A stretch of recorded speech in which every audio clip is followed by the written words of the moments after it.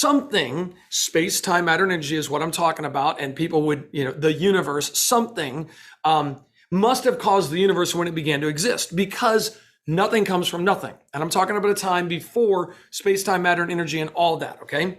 What properties must that cause have? Like, in other words, what kind of thing can create what we see today?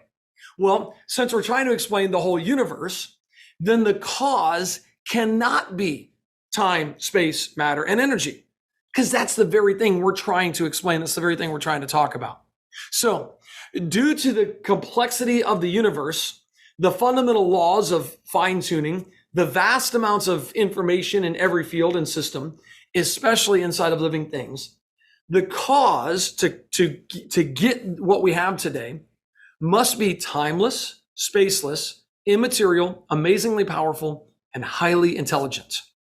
In other words, the universe must have been caused by something or someone, because no one can create something out of nothing. And again, we're talking about nothing as in no space, time, matter, and energy, except something or someone supernatural. You would have to have those qualities. And this sounds very familiar because it sounds like the God of the Bible. And the way he describes himself, he's the only one who claims to be infinitely wise. And he's infinitely wise enough and powerful enough to start the entire universe. So how does this relate to dominoes? I hope you'll find this interesting, okay? Imagine an infinite row of dominoes and start the dominoes falling in infinity past. Is this back for you guys? Yeah, infinity past, okay? Now, pick a domino that you want to fall. Pick any one. And I ask the question, when is that domino going to fall? Well, that domino will fall just after the one before it falls, right? And then when will that one fall? Well, just after the one before it falls. So if you had to claim to have an infinite row of dominoes, how many dominoes have to fall before the one you're looking at falls? Well, it'd have to be an infinite number would have to fall.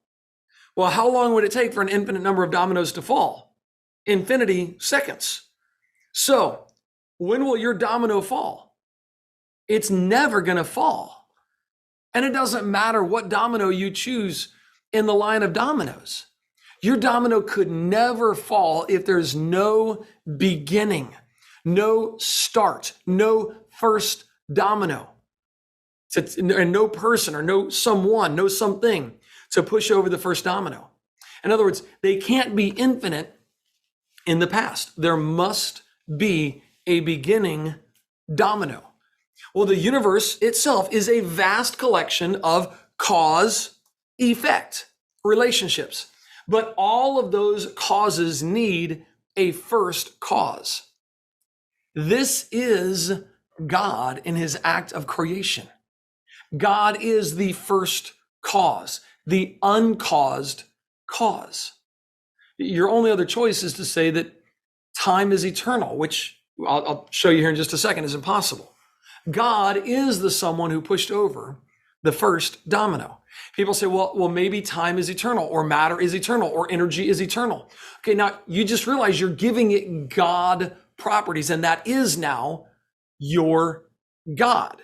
So I don't think it'd be fair to call yourself an atheist or an agnostic if you have something that you believe is eternal, because now that is indeed your God. Something eternal that has those qualities, that has those characteristics, that can create this kind of universe would be your God, no matter what you choose to say that that is. And by the way, this also applies to time. Time cannot be eternal. Let's go through the analogy. How can time not be eternal? Well, imagine an infinite row of dominoes falling, and pick the domino that you want to fall. When's it going to fall? It falls just before the one before it falls. When's that one going to fall? Just before, or just after, the one before it falls. So it keeps going in progression, cause and effect. But if there are an infinite number of dominoes, how many dominoes have to fall before the one you're looking at falls? An infinite number. How long is it going to take? Infinity seconds. So when will your domino fall? It's never, ever, ever going to fall. And it doesn't matter which domino you choose. Your domino will never fall because there are infinite dominoes, okay? In order for your domino to fall, there must be a beginning domino. That principle applies to time. If time were eternal, okay, imagine a calendar with an infinite series of days, one after another for infinity. When are we going to get to today? Well, we'll get to today just after yesterday. Okay, well, when are we going to get to yesterday? Just after the day before that. Okay, well, when are we going to get to that one? Well, just after the day before that.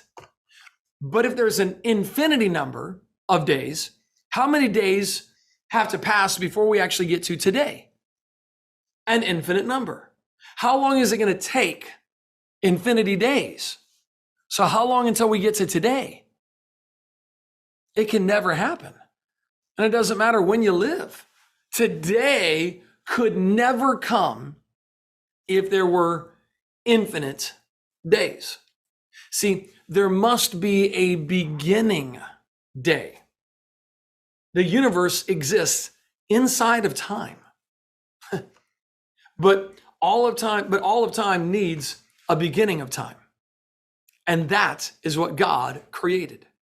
In the beginning, God created the first day. He answers this question for us, this dilemma for us, that time cannot be eternal, in the very first verse of the Bible, Genesis 1:1. God is the someone who pushed over that first domino. God created time. And the evening and the morning were the first day. So God is the eternal one. The universe is not eternal and cannot be eternal.